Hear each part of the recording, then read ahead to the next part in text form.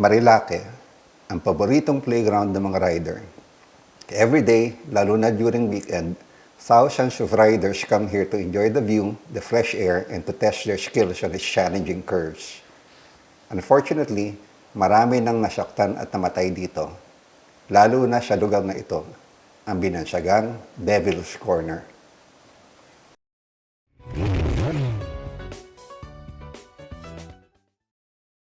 Hello everyone and welcome to the 5th episode of Learn Moto, ang channel ng classmate nyo na mahilig mag-share ng kanyang learning sa pagmumotor.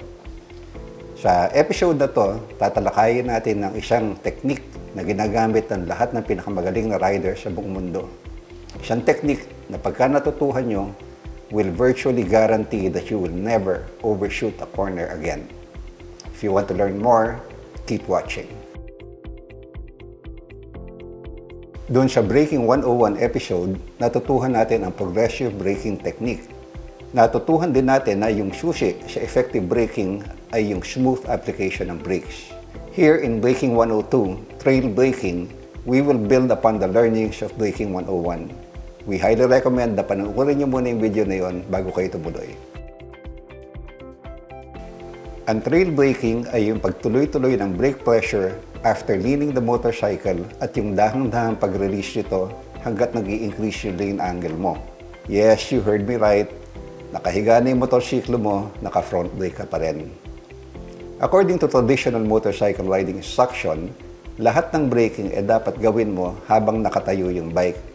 The moment na ihiga mo yung bike, never even touch the front brake. Kabaligtaran nito ang trail braking.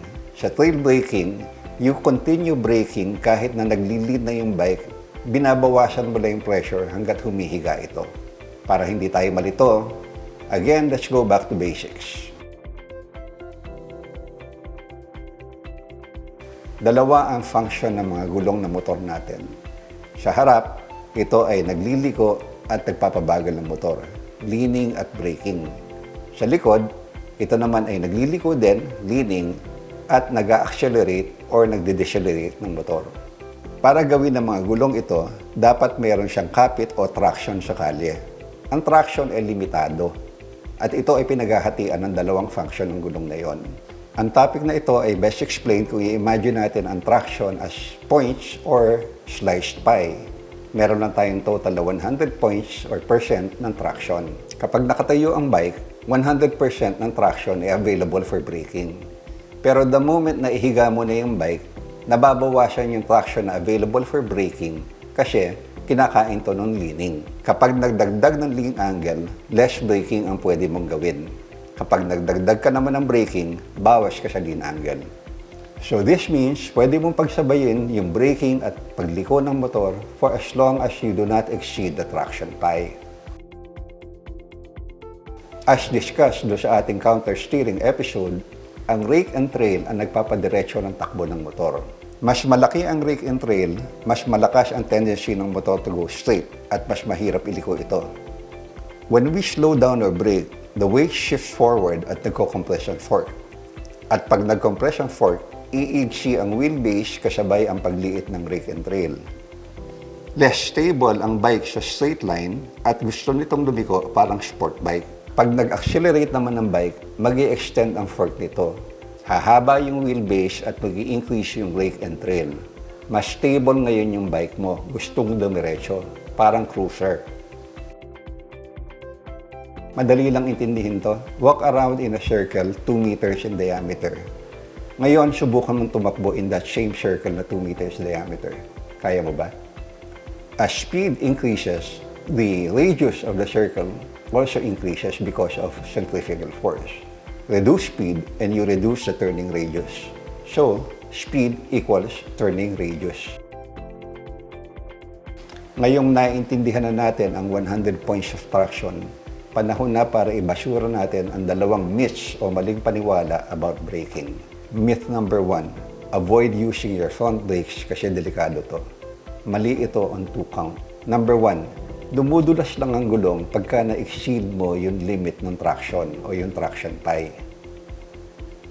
Number 2, the harder you brake, the less traction you have on the rear tire. As much as 90% ng braking power mo nasa front tire. ba't hindi yun ang gagamitin mo? Myth number 2, never brake in a corner. 9 out of 10 riders siguro sasabihin sa'yo na dapat yung lahat ng braking mo habang nakatayo yung bike. At oras na humiga ito, never even touch your front brake. Ito na siguro ang pinaka-common na maling akala ng maraming rider. At ito ang dahilan kung bakit marami ang hindi na nag-a-advance. Dinawin natin, for as long as you do not exceed the 100 points of traction, pwede mong i-combine ang braking at leading the bike. Ulitin natin, pwede mong i-combine ang braking while leading the bike. Dadagdagan ko pa, kapag medyo mabilis yung takbo at hindi mo kabisado yung kalsada, ito yung tamang pagliko ng motor. Sino may sabi dito?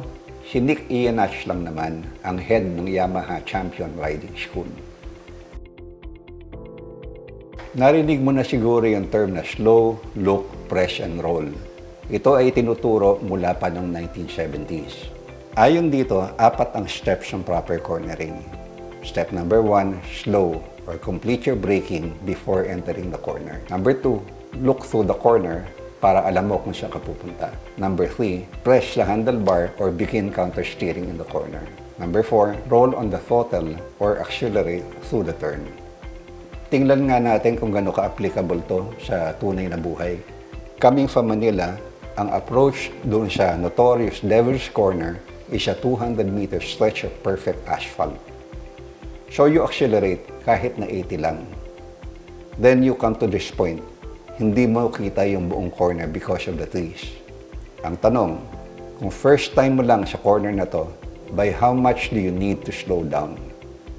Dito sa masablay ang slow, look, press, and roll. Kung hindi mo nakikita kung gano'n ka-sharp yung corner, paano mo tatansyahin yung tamang speed mo para dito? So, dalawa lang ang options mo. Number 1, lower your speed to about 20 para sigurado ka. Kaya lang baka banggain ka na sa likod mo. Number 2, try to guess the best entry speed and pray na tama ka para hindi ka mag-overshoot. Ewan ko sa inyo, pero sa akin hindi acceptable to dalawang to. Dito lumalabas ang value ng trail braking. It will both allow you to take this corner at a decent speed, at the same time, increase your safety. Napakaraming advantages ng trail braking over the traditional slow, look, press, and roll.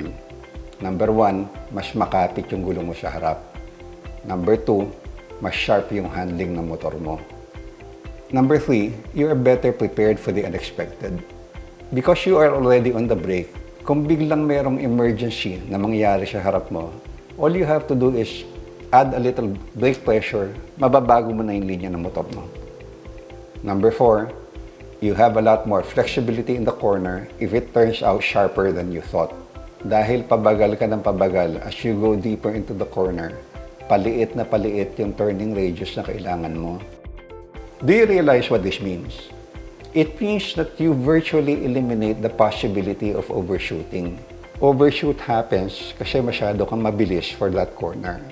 Now, with trail braking, you are slowing down through that corner.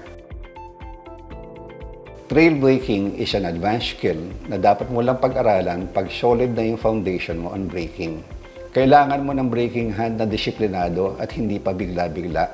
Dapat swabe ka na sa preno. Buti na lang merong safe na paraan para matutuhan natin to. Start by pushing your bike around. Dahan-dahan mong i-squeeze at i-release yung front brake. Pakiramdaman mo kung saan nagsisimulang kumagat yung preno mo. This is the brake engagement point, or BEP for short. Dito nagsisimula ang weight transfer. Dito rin sa puntong ito, ginagawa ang trail braking. As you can see, napaka-light ng pressure required for trail braking. Pag nakuha mo na ang feel ng BEP, time to get on your bike and ride it slowly. The key to learning trail braking safely is to start slow. Practice muna in a straight line. Going at a moderate speed, about 50 or 60, use the front brake to quickly slow the bike down to 30 or 40. Pagdating mo sa 30 or 40, gently release the braking pressure hanggang sa brake engagement point lang. Keep slowing down to 10 or 20 by staying in the BEP. Practice until ma-develop mo yung muscle memory of braking harder at first, then gently releasing the brake pressure to BEP and keeping it there. Master this before you go to the next step. First of all, make sure na hindi madulas yung corner na pagpapraktisan mo. Approach a corner at moderate speed, about 40 to 50.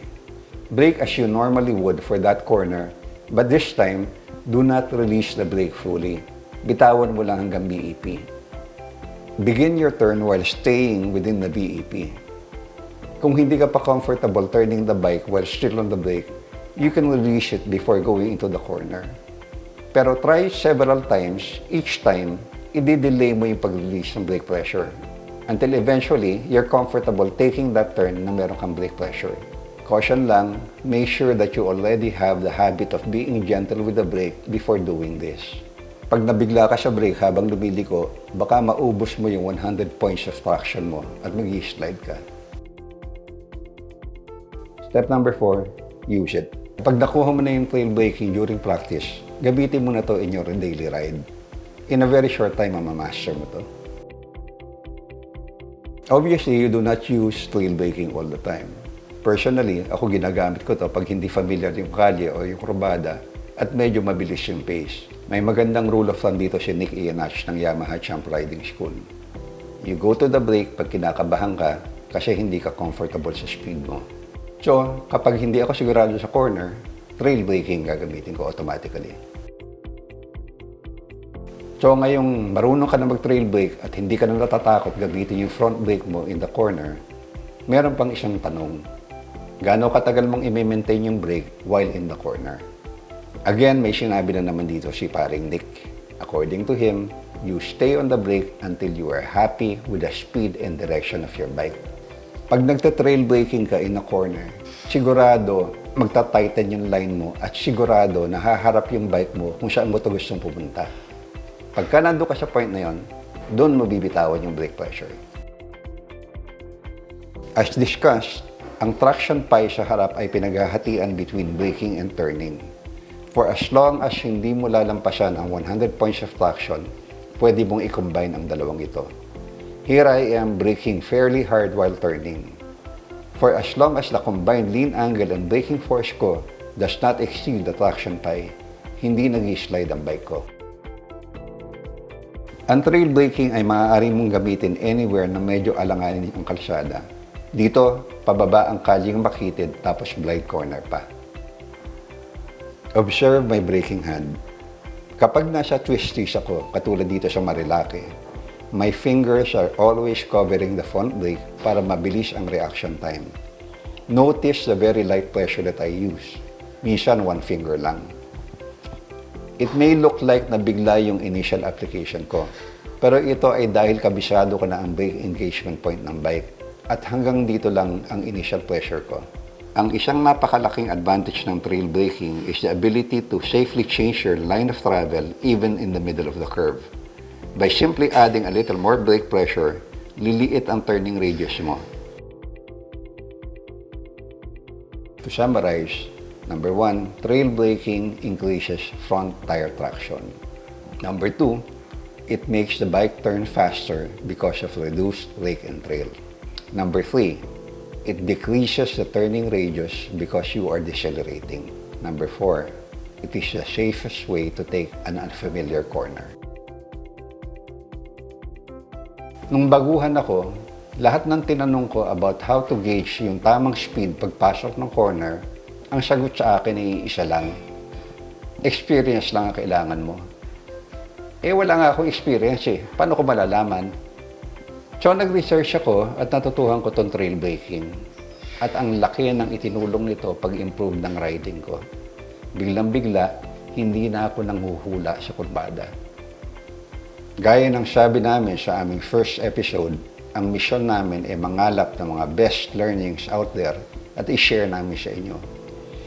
Trail braking is a fairly advanced skill, pero tingin namin napaka-importante nitong matutuhan, kaya namin i-share sa inyo to. Pero dahil ito ay advanced skill, pag-aralan niyo munang mabuti before trying to apply it on the road. In closing, meron kaming dalawang paalala sa inyo. Number 1, before trying this, make sure na mastered yun na yung progressive braking technique at disiplinado na yung braking hand nyo. Hindi na kayo pabigla-bigla magpreno. Number 2, Ang information na binahagi namin sa inyo ay for education purposes only. Whether you want to use it or not is entirely up to you. Kami nagbibigay lang kami ng information. And that has been our episode for the week. And again, sana naka-contribute kami kahit papano sa inyong kaalaman. If you like what we're doing, like, subscribe, and share us please with your friends.